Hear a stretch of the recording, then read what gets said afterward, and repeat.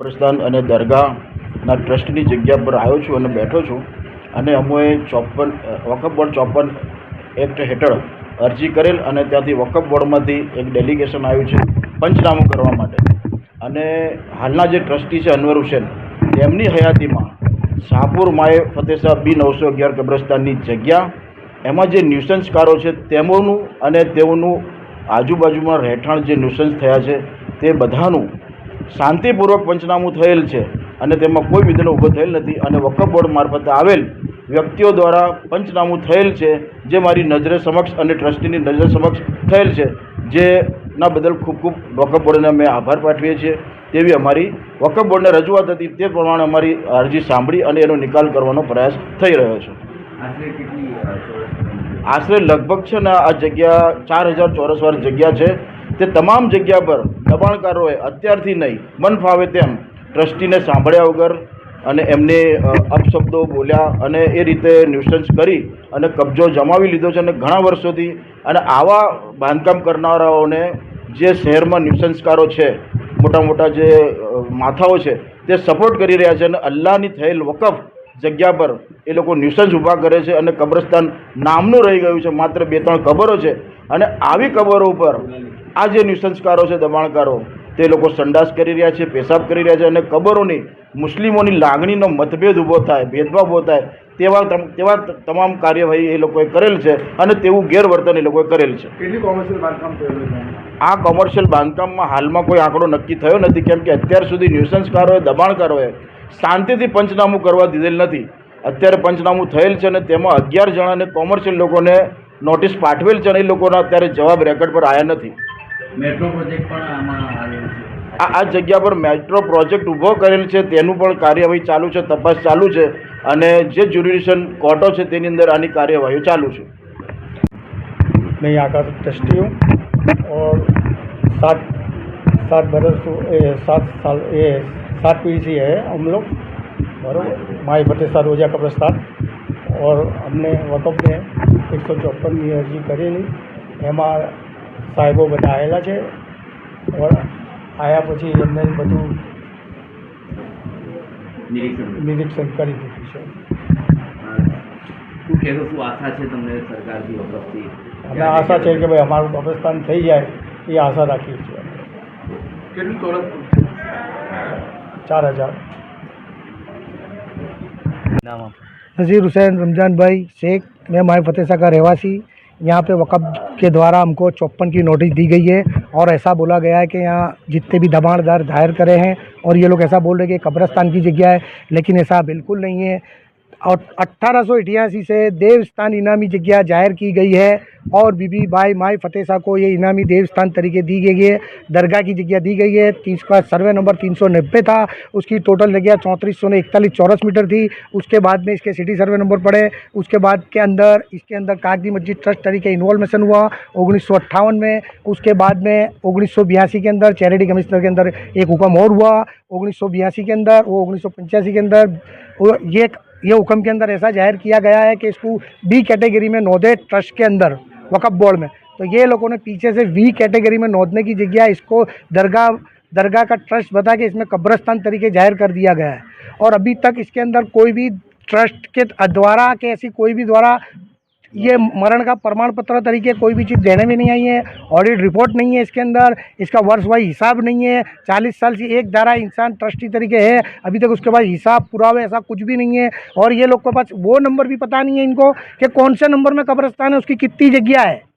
तो देवस्थान इनामी क्या होता है? ये देवस्थान इनामी ऐसा होता है कि मंदिर, मस्जिद और दरगाह के लिए ये लोग इनाम में देते हैं। जैसे वक़्फ़ नहीं देता, इनामी वहीवटदार तरीके सरकार देती है और सरकार के अंदर तुम जो हेतु माटे जगह दी जाएगी।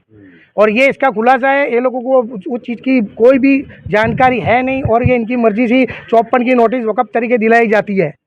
और सालों से ये लोग यहाँ पे बसते हैं, यहाँ ये मामला हम लोग इन लोगों ने 1954 में भाड़ा पट्टा तरीके एक जगह बेची हुई भी है और हम लोग 1953 से यहाँ रह रहे हमारे वड़वाओं के साथ हमको मौखिक वेचाण करार से दिए, तब से हम रह रहे हैं। मेरे फादर भी यहीं थे, मैं भी हूँ, मेरा बच्चे का भी जन्म यहाँ है और ये जितने भी लोग यहाँ ही रह रहे हैं। आप लोगों को वेचाण करार? हाँ, मौखिक वेचाण करार दिया था। और ये आप यहाँ कम से कम मकान 70 जैसे होंगे। और कुछ 2002 के पीड़ितों को भी दिए? 2002 के पीड़ित तो यहाँ नहीं थे। 2002 के अंदर जो लोग एफआईआर में थे उन लोगों के नाम नोंदे गए हैं और वो हमारे पास ये रही एफआईआर। वो जो लोग के नाम इसमें है वही लोग यहाँ रह रहे हैं और इनको कलेक्टर द्वारा चेक से मुआवजा भी दिया गया है। तो कलेक्टर ने सर्वे करके 2002 में मुआवजा दिया है, यानी वो गलत तो है ही नहीं, खोटा तो है ही नहीं, कलेक्टर के रिकॉर्ड पे है, आप चेक करा सकते हो। हमने आरटीआई की तरफ से मांगा भी वक्फ बोर्ड में कि भाई ये कब से कब्रिस्तान है, कब से यहाँ दफन विधि होती है, उसकी पहुँच, प्रमाण पत्र और दफन विधि के अंदर जो पैसे लिए जाते हैं वो वर्ष वाइज हिसाब, कितने लोगों को दफन किया है, ऐसा कुछ भी हमको आज तक आरटीआई में जवाब दिया गया नहीं है। वो मेरी खुद की आरटीआई है। तो ये विवाद फिर 70 सालों के बाद? हाँ, 70 सालों के साथ ये कोई रंजिश की वजह से स्टार्ट हुआ है। अब वो हमको पता नहीं इनकी रंजिशें क्या है क्या नहीं। और ये जगह 171 बता रहे हैं, मेट्रो स्टेशन के अंदर 171 की 178 जगह गई है, उसका मुआवजा भी लिया गया। तो किसने लिया है? 7,22,00,000 और समथिंग मुआवजा ऑन रिकॉर्ड है जमीन खास बीजा वधाराना जमीन संपादन अधिकारी में।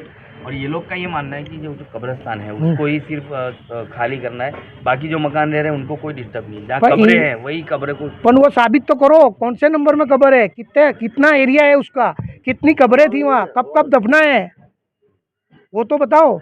तुम्हारा ट्रस्ट 1958 में चैरिटी कमिश्नर में नोंदाता है और उससे पहले 54 में लोग रह रहे, ये रहे मेरे पास पूरा हुआ 171 का ही पूरा 54 में लोग ले रहे और ये रिया उसका चैरिटी कमिश्नर का हुक्म जो बी कैटेगरी में नोंदने के लिए बोला गया है, ये वो हुक्म है। उसके आधार पे इन्होंने बी कैटेगरी की जगह पर डायरेक्ट कब्रिस्तान डाल दिया है।